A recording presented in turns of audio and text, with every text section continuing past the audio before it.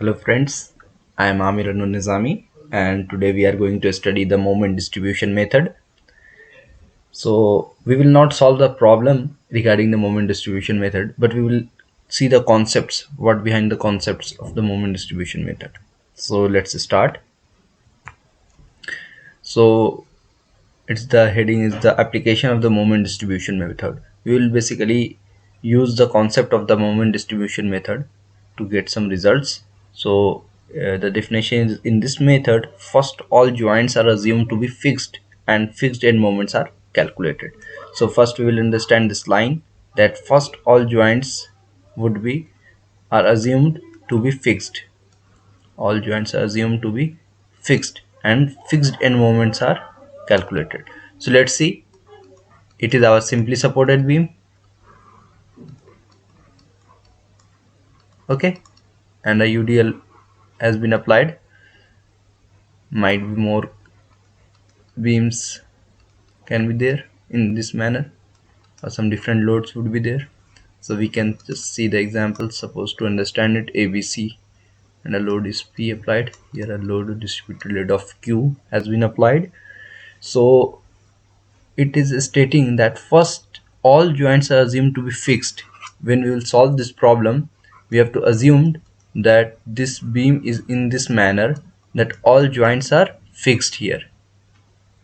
All joints are fixed here. We will say A, B, C. So these all joints are fixed. Loads are in the same fashion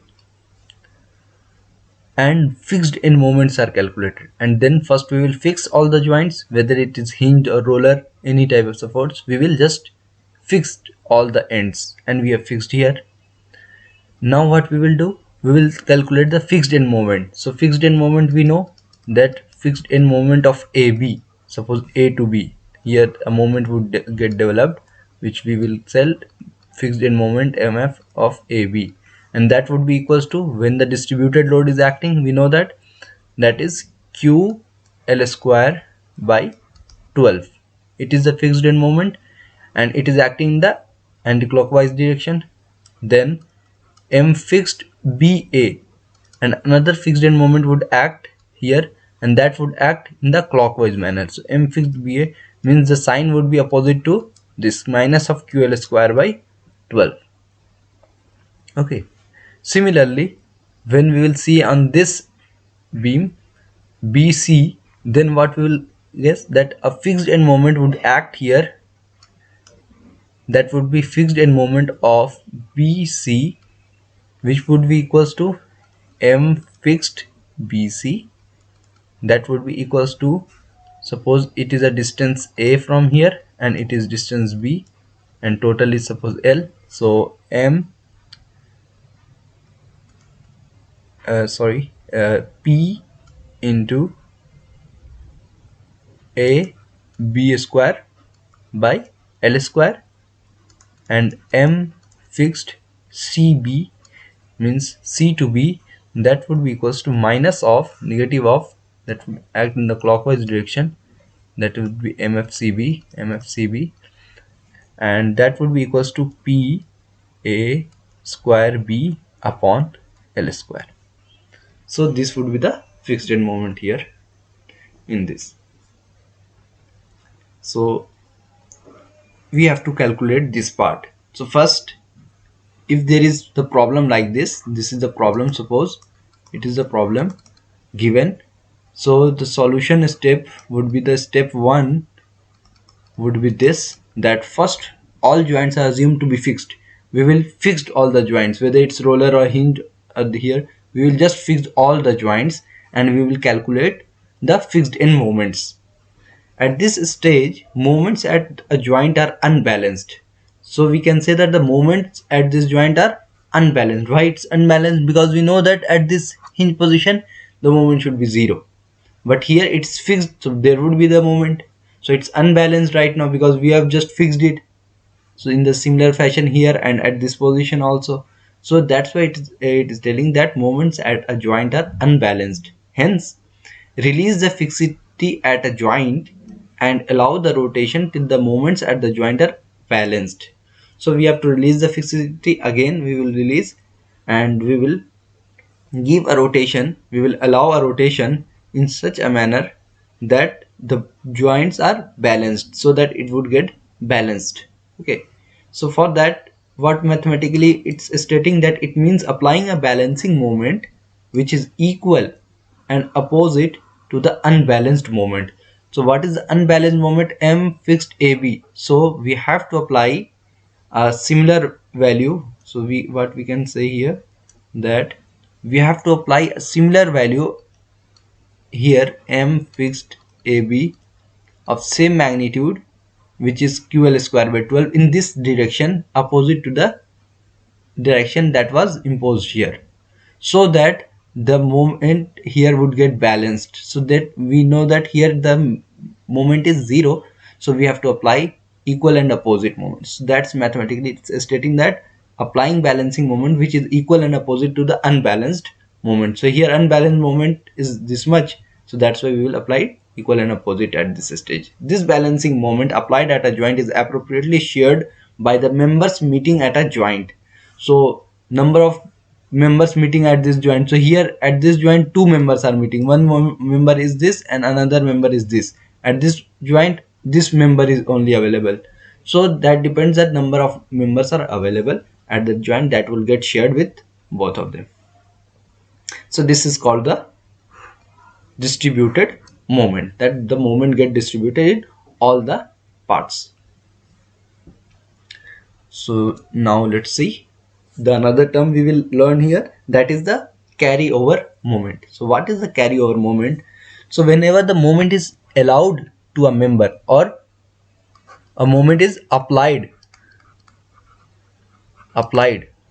on any beam, we can say, permitting rotation at a point of application, that a rotation is allowed when the moment would be applied, then there would be the rotation.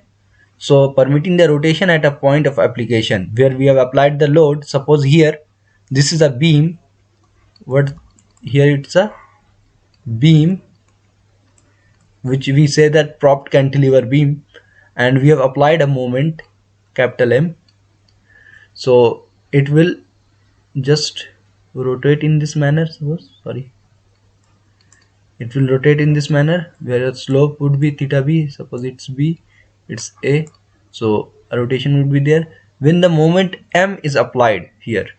So there would be a rotation corresponding to this moment. So when a moment is allowed or applied to a member, permitting rotation at a point of application where we have applied the moment, there would be a rotation. So there is a rotation, and keeping the other end fixed. And what we are having, this end, another end, what we are doing, we are just fixing this moment. So what it state, additional moment develops at the far end. So at this end additional moment would get developed. What's that additional moment? Let us say that additional moment, we will say that additional moment is M prime. M prime is the additional moment. It is the additional moment would get add up. This is called the carryover moment. This additional moment is called carryover moment. Carryover moment. This additional moment is called carryover moment, which is we are donating with M prime. So what is the magnitude of this? So we have applied a moment capital M, and a carryover moment would be M prime. So there is one more term we have to learn, that is called the carryover factor. So carryover factor is what? That is the carryover moment to that of the applied moment. Okay, so carryover moment is the moment induced at the fixed end due to the applied moment at the other end. So what we have applied at this end, the moment transferred at this position is the additional or carryover moment, that is we are denoting with M prime. Now one more term we will learn here, that is the stiffness. So we have learned the stiffness, that we know that stiffness is the force required to cause a unit displacement. If we are talking in terms of the translational displacements, then we say that force required to cause a unit displacement or a moment required to cause a unit rotation. So here if we are talking in terms of rotational forces, that is the moment. So moment required to cause a unit rotation when the rotation is permitted at that end is called the stiffness of the beam. What that's called? That's called the stiffness of the beam. So stiffness of a beam AB is, we denote with the K, and that would be equals to the moment applied to that of the rotation at that point. So applied moment to that the rotation at that point is called the stiffness of that beam. Now another term, what it is? Distribution factor. Distribution factor. So what is the distribution factor? Suppose there is a frame in such a manner that a joint is O here and a member OA, OB, OC and OD is there, and it's a rigid frame. So if a moment is applied, if a moment is applied in the clockwise direction, so there must be a rotation. Okay, there would be a rotation, that it will just rotate like this. There would be a rotation. Similarly this beam would have a rotation like this. Similarly this beam will have a far end fixed in this, sorry, in this manner. So there would be a common tangent, means a rotation, that would be suppose theta, and that theta would be same for all because a rigid body rotation a rigid rotation would be there, so that must be same for all. That would be the theta. Okay, so here what it is stating, that when a moment is applied to a rigid joint, when a moment is applied to a rigid joint where a number of members are meeting, the applied moment is shared. What we have applied the moment, that is the capital M, is shared by the members meeting at that joint. So all the members which are meeting that capital moment would be distributed in all the parts. So we can say that if the capital moment applied is capital M, so the moment would be in the members OA plus that member would be OB plus the member that would be OC plus the member that would be OD. So these all moments when we will add up, that would get equal to the total applied moments. Okay. Now the ratio of the moment shared by a member to the applied moment at that joint is called the distribution factor of that moment. So what we say distribution factor, so suppose distribution factor of suppose OB member. So what would be the distribution factor here? That would be equals to distribution moment MO moment in this OB, sorry, OB, it would be OB divided by the total applied moments. So that is our distribution factor of OB. Similarly distribution factor of OC would be MOC by M. So in such a manner we will find the distribution factor. So MOA is the moment shared by the member OA when the capital moment is applied at joint A. The distribution factor for member OA is MOA by M. Now here it's written that expression for a carryover factor and stiffness. So here expression is given for carryover factor and the stiffness. So just we have seen before that a propped cantilever beam was there and applied moment is capital M.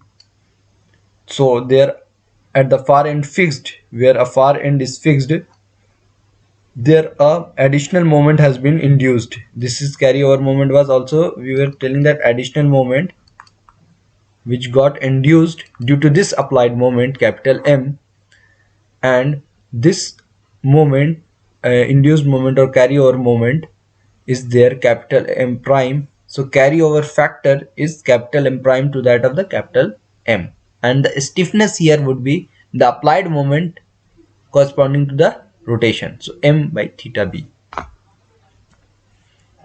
Now something here written: to find m prime and theta b means the carryover moment and the rotation at b, a consistent deformation method may be used. So what is the consistent deformation method means here? That we know that we are studying right now elastic beam. So elastic beam, we know that in elastic part, in elastic, or we can say linear elastic, that much suitable, that linear elastic, we know if the load is applied, then it would get deformed, and if the load is removed, it will regain its original shape. So in this linear elastic movement, different loads are applied, so we assume that the load is applied statically. Okay, so superposition, laws of superposition is valid. Law of superposition is valid.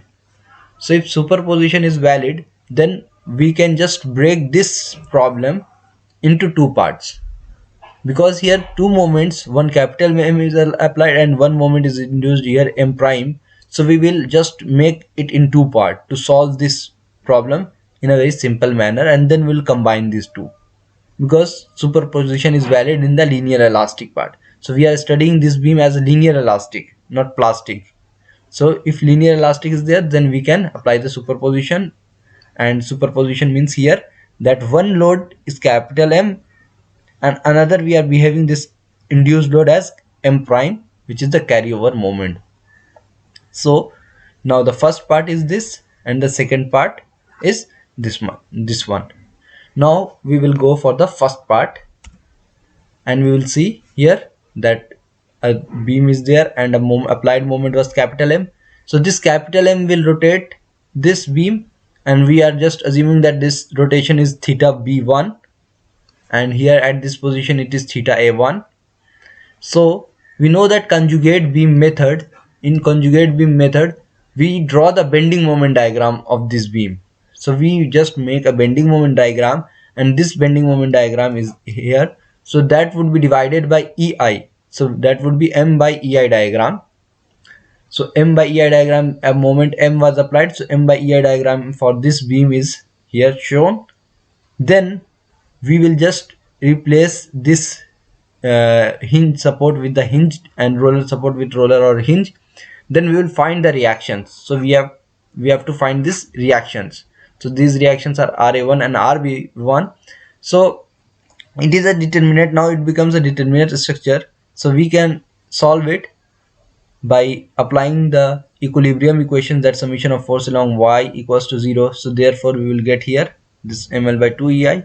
Okay, and then we will apply here that summation of moment about the point, about point a1 is equals to 0, and we will just make it this anti-clockwise is positive, so therefore we will just make it rb1 multiplied by this distance l, and then this moment would make a clockwise moment for this. So minus, what would be the moment here? So that would be half into L into M by EI, that would be ML by 2 EI into distance force, that would be the CG would be acting here somewhere here, and the distance from this point would be 2 by 3L. So we will multiply by 2 by 3L.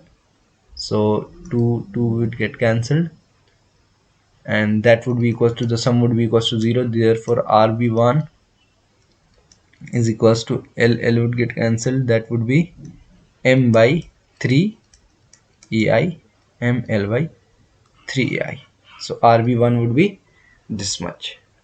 So RA1 would be equals to ML by 2 EI minus ML by 3 EI. So ML upon 6 EI. So we will get the reaction RB1 and RA1. So in conjugate beam method, what it states that what we get the reactions, the shear force at this position. So suppose this is our section 1 we have chosen. So sum of all the transverse forces acting either left or right side of the section. So just near to it, we will see the left hand side, that would be RA1. So therefore RA1, this shear forces will give the slope at that point.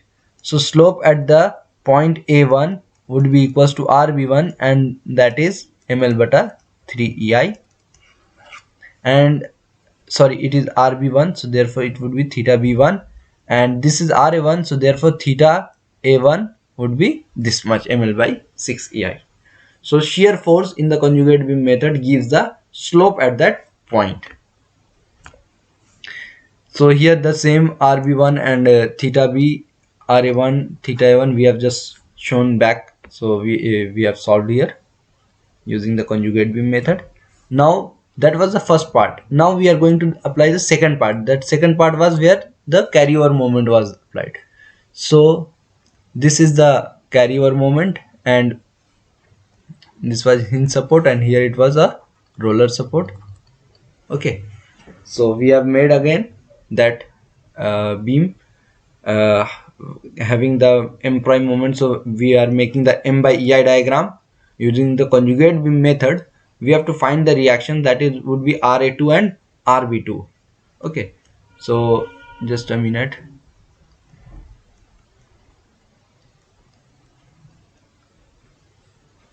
Sorry, yes, we will find the reactions at Ra2 and Rb2.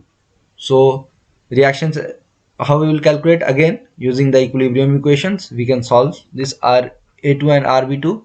So here it is shown that summation of force along y direction is Ra2 plus Rb2, that would be equals to this much, and summation of moment about b2 would be equals to 0. Therefore we will calculate this, that is this Ra2 will imply by 3 ei, and theta A2 corresponding to the shear forces. We know in conjugate beam method shear forces gives the slope at that position. So therefore theta A2 would be m prime l by 3i, and Rb2 would be just theta B2, and theta B2 is m prime l by 6ei. Now what we know here, one thing we have to understand, that here it is the moment applied in this direction. So what would be the deflected shape? So we can see the deflected shape would be like this. Here it would be the deflected shape would be shown like this, I think. So if you make a tangent, then a slope would be here theta A2, and if you make a tangent here, it would be theta B2. Okay, so the slope here in this direction, and last time in the before one, which we can see here in the first part, the deflected shape is here in this manner. So slope was here like this. Now what we can observe, that the slope are just opposite in the sign here. Now we will go from the joint consideration at theta A equals to 0, because it was fixed and in actual it was roller support.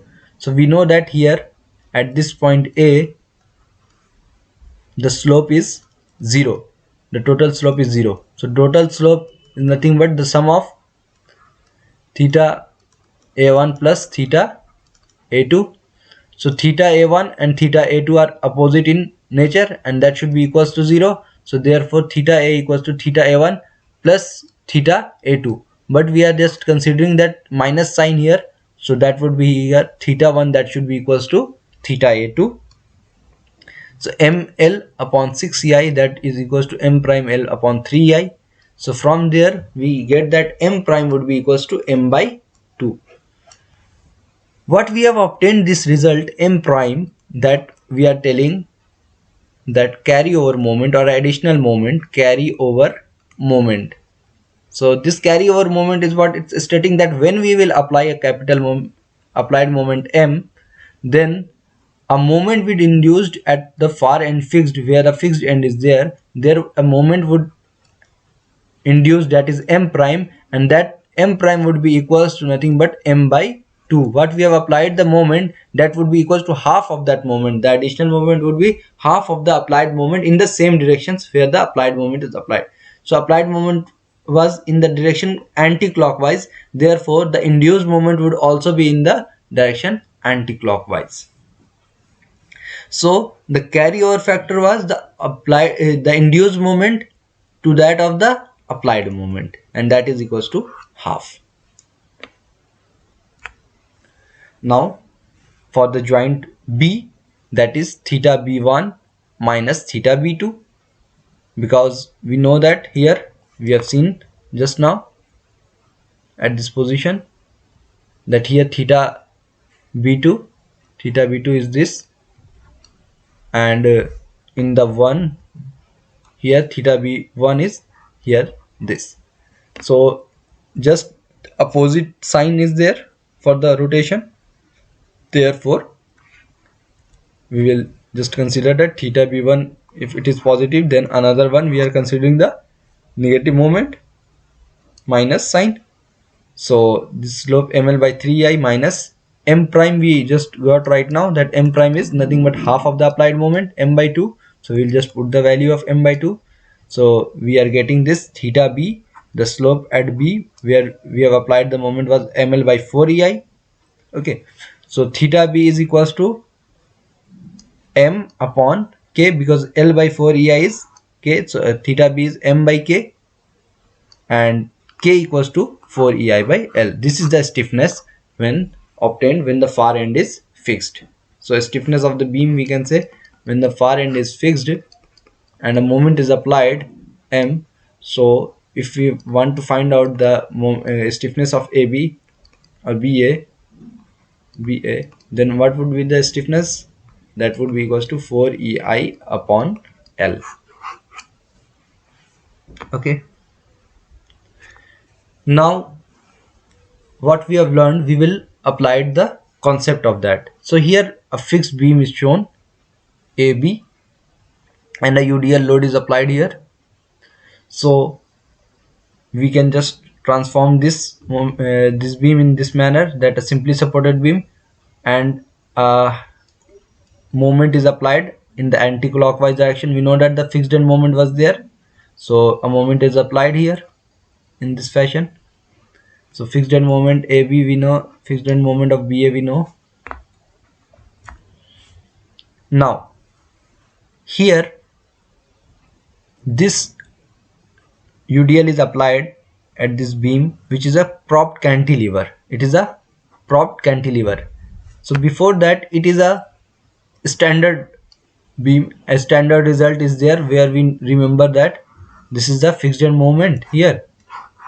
So MFB, AB and BA we remember for the fixed beam, but for this propped cantilever beam, this we didn't remember. So how we will get the fixed end moment of this beam? Or here what would be the moment here at this end? That is M fixed AB. How to get this? So to get this value, what we will do, we will apply the concept of this moment distribution method. What we have done here, we have just fixed both the part here and here, and we remember that the fixed end moment standard result was QL square by 12. So if a beam here, if we apply a force that is equals to QL square by 12 in the anti-clockwise direction, so what the fixed end moment here would be equals to the net moment here would be 0. So we can replace this with the roller support, because now we know that no moment would be here, because if it was fixed, then a QL square by 2 would be in the opposite direction. That would be equals to QL square by 12 in this direction clockwise. But we have applied equal and opposite load of magnitude QL square by 12 in the anti-clockwise direction. So the net moment here would be here, that would be equals to 0, and that moment would be replaced with a roller support. We have replaced. Now at this end, when we have applied a moment QL square by 12 at this end, there at the far end fixed, a moment, additional moment would get induced, that would be m prime, and that m prime would be equals to, we know that that value is m by 2. So additional moment is m by 2. So we know that if here the moment induced fixed end moment was m, that was QL square by 12, then additional moment in the same directions m by 2. So the total moment induced would be equals to m plus m by 2. So the net moment here would be m plus m by 2 would be 3m by 2, which is equals to 3 into QL square by 12. So 3 4 the 12. So that would be QL square by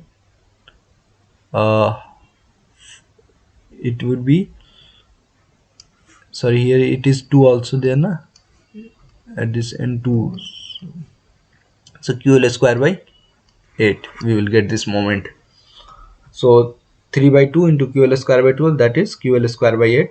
So the moment at this point at this end would be QL square by 12. So for a propped cantilever beam, we will remember that the fixed end moment would be QL square by 8. So thank you.